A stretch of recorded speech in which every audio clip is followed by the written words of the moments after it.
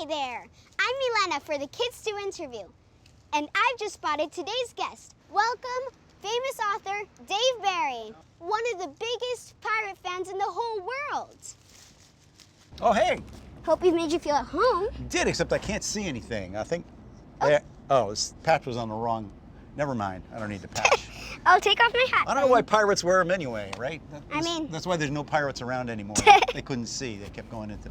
Okay, Mr. Barry. Yeah. I'm going to ask you 4 questions. Like, why do you like to write about school so much? Well, I first of all, I really like school. I just finished 6th grade. In fact, no, a long time ago. But I remember being a kid. I remember being in school. And I remember having fun, but also having adventures. And it just seems like a great thing to write about, even though I'm a grown-up now. Did you ever get in trouble for writing like weird stuff in school? I never got in trouble at all in school because you should be good. No, I did get in trouble sometimes.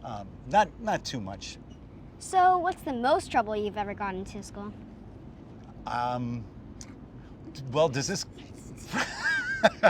I was in a physics lab once, and physics. This was in high school.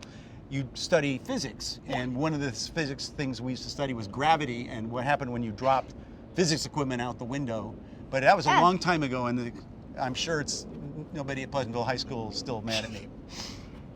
So, like, did you drop it out of the window or break the window? No, the window was open. I would never break a window.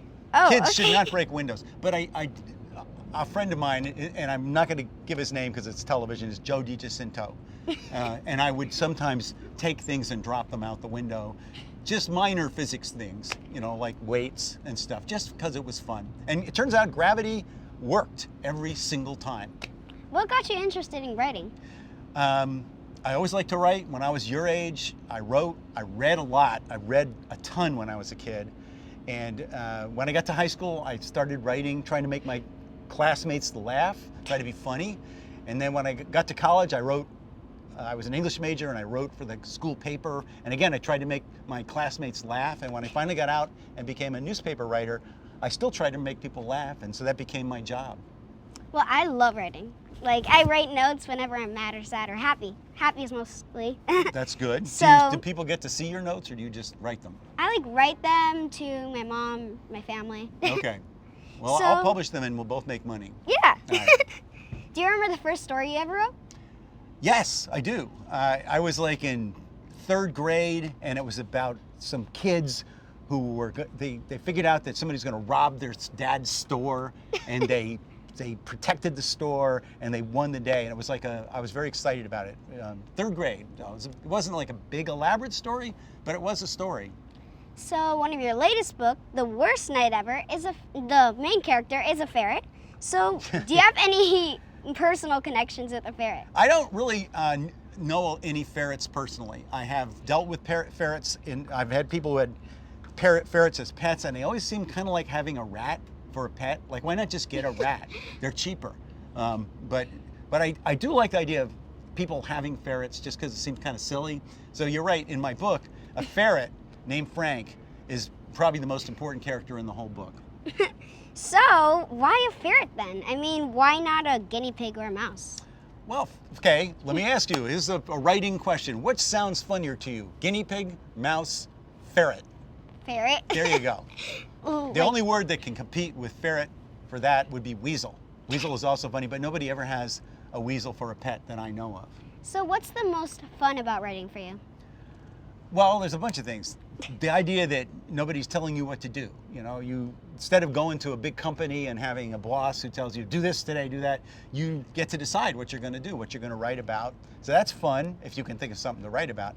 And it's fun when people read your books, when kids read your books and they like them and they laugh, and that kind. And you get to be on television, so there's a lot of fun things about it. So you've written a lot of books for grown-ups and kids. So what's different about writing for kids? Well, kids are better readers. The grown-ups are like, they want to know what the reviewers thought, and they want to know, what your process is, and they want to know, will this become a movie? And kids just go, when are you going to write another one? They just get into it. So you have The Worst Night Ever, Worst Class Trip Ever. Are there any more worst coming up? Yeah, some people have suggested ideas for like worst summer ever, worst vacation ever, so I'm going to write some more worst books. Well, they sound pretty good. So You're also the co-author of the famous Peter and the Starcatcher, which I love. So were you always a big Peter Pan fan? Yeah, I think almost everybody grows up, you know about the Peter Pan story, and when you're a kid, you think, wouldn't it be so cool if you could fly and live on an island with no grown-ups and fight pirates? So yeah, I always liked that story. So a reviewer said you have just the right amount of swagger and smirk in your villains. Is it fun to write about a villain?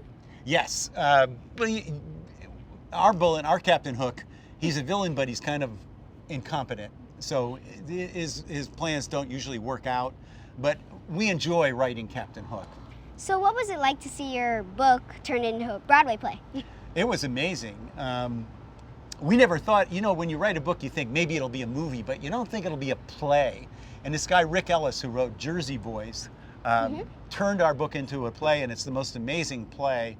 There's about 12 actors, and they all play different roles. They play like 50 different roles, and they do it with no props, or like maybe a rope and a box, and they turn these things into a ship and an island, and it's just amazing to watch. I love Broadway, so it was amazing. And Peter Pan was written by J.M. Barrie, and your last name is Barrie, so do you feel any psychic connection? I guess a little bit, but he spelled his name wrong, B-A-R-R-I-E. I spell my name correctly, B-A-R-R-Y. And if he were here today, I would tell him that. Unfortunately, he's not here today. He's in Kansas. Okay. No, he's dead. Oh, sorry. Anybody who knows him didn't know that. I'm sorry. According to my notes, you had a big role in International Talk Like a Pirate Day. So what are your favorite pirate words? Well, okay, I did help popularize International Talk Like a Pirate Day, where you're supposed to talk like a pirate on September 19th. And the problem is, the only pirate word most people know is Arr. R. Right. So you have to go through R. You kind of run out of pirate things, which is, again, besides the eye patch, could be another reason there's no pirates around anymore. They couldn't explain anything to each other. So it's like mate, crew, Matey. crew. That's another one, yeah. Anyway, I have one question for you. What is Star Matter? Oh, you mean Star Stuff.